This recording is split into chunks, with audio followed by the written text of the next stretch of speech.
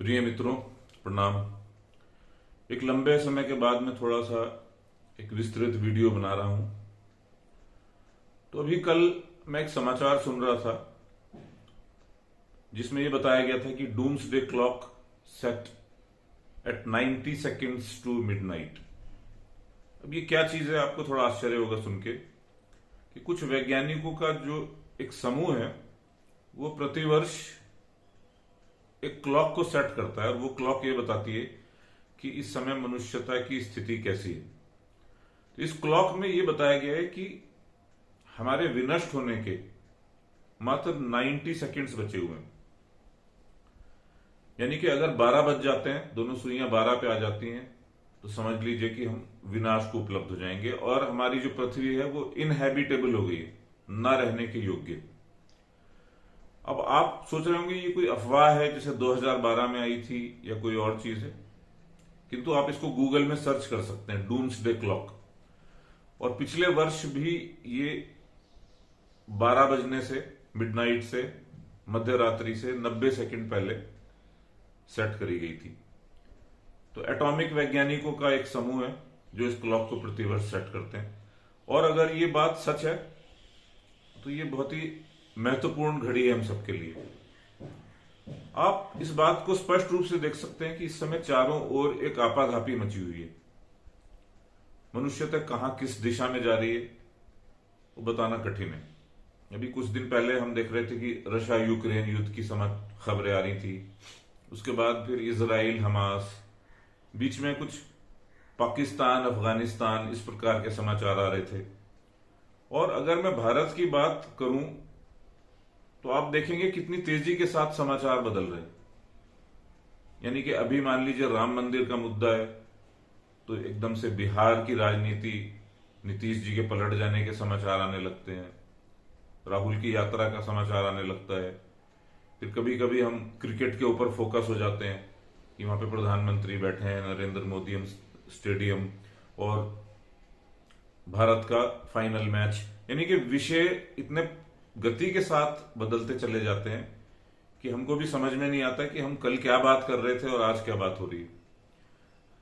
तो ऐसी स्थिति में जब हम कहते हैं कि भाई अगर डूम्सडे क्लॉक बिल्कुल सेट हो गई है मध्य रात्रि के निकट, तो हमको क्या करना चाहिए और क्या हमारे मनुष्य जीवन का यही लक्ष्य है कि हम एक आपाधापी में दौड़ते चले जाएं और स्वयं को विनष्ट कर लें।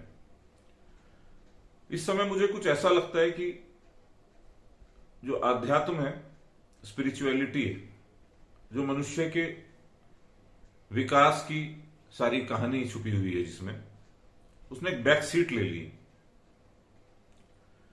मेडिटेशन ने, ध्यान ने, योग ने एक बैक सीट ले ली। तो आप कहेंगे कि योग का तो बहुत प्रचार हो रहा है। योग का प्रचार निश्चित रूप से हो रहा है, मगर उस जिस योग को हम जानते हैं वह वास्तविक योग नहीं है। वास्तविक योग क्या होता है? वास्तविक योग वह है जो मनुष्य को अपने होने की गरिमा दिलाता है। तो आप देखेंगे कि हमारे काल में एक बहुत बड़े संत हुए जिन्हें हम कहते हैं ओशो, भगवान रजनीश के नाम से जिनको जाना जाता है। और मैं एक ओशो शिष्य हूं, ओशो प्रेमी हूं। और ओशो ने मनुष्यता की इस स्थिति के बारे में बहुत विस्तार से बोला था। और उन्होंने कहा था लगभग 50 वर्ष पूर्व की जो आने वाले 50 वर्ष हैं ये बड़े निर्णायक होंगे। तो या तो मनुष्यता स्वयं को समाप्त कर लेगी या एक नई पृथ्वी का हम निर्माण कर सकते हैं। तो इस समय की स्थिति देख के तो ये लगता है कि वो जो आध्यात्मिक बात जो ओशो ने की थी, यानी कि जो मनुष्य की चेतना से संबंधित बात कि मनुष्य जीवन का अर्थ क्या है, उस बात ने बैक सीट ले ली और हम वास्तव में विनाश की ओर जा रहे हैं। तो ऐसे समय में मैं आप सबसे आग्रह करता हूं कि इस समय की जो आध्यात्मिक आवाजें, और याद रखिएगा कि आध्यात्मिक आवाजें हिंदू, मुस्लिम, क्रिश्चियन नहीं होती। असली आवाजें वो होती हैं जो सदा आत्यंतिक बात यानी कि अल्टीमेट बात करती हैं। जैसे मैंने ओशो का नाम लिया, इस शताब्दी में जय कृष्ण मूर्ति हुए हैं और महर्षि रमन हुए हैं। उसके कुछ पहले स्वामी विवेकानंद हुए, उनका साहित्य है, रामकृष्ण मिशन का साहित्य है।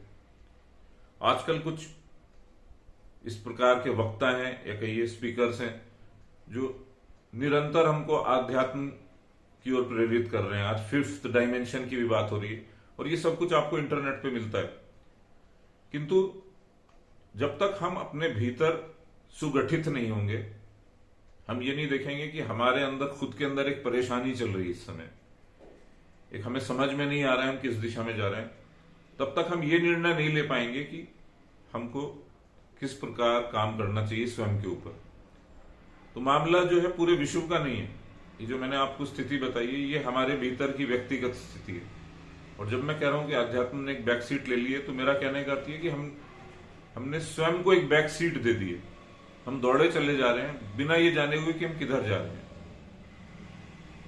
तो इस जो मनुष्य जीवन का उपयोग है वो इसी बात में है कि आप अपनी गरिमा को समझ सकें। मनुष्य कोई आम प्राणियों जैसा नहीं है, मनुष्य के पास एक विवेक है, एक बुद्धि है, एक देखने की क्षमता है।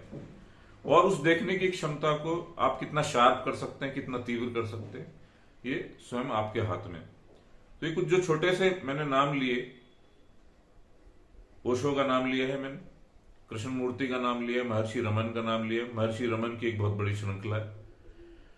इन नामों को थोड़ा सा आप सर्च करें, इनके व्याख्यान आपको उपलब्ध होंगे, इनके विचार उपलब्ध होंगे। और बहुत से लोग आज यूट्यूब पे भी इस संबंध में वीडियोस बना रहे हैं, उनके ओरिजिनल वीडियो तो मिल ही जाते हैं।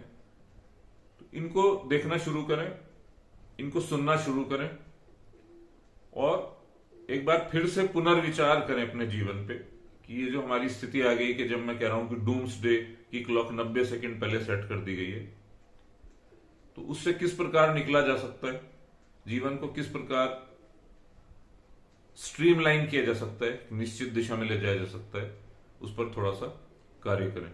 तो मुझे आज लगा कि मैं ये एक थोड़े से विस्तृत विषय पर आपसे बात करूं।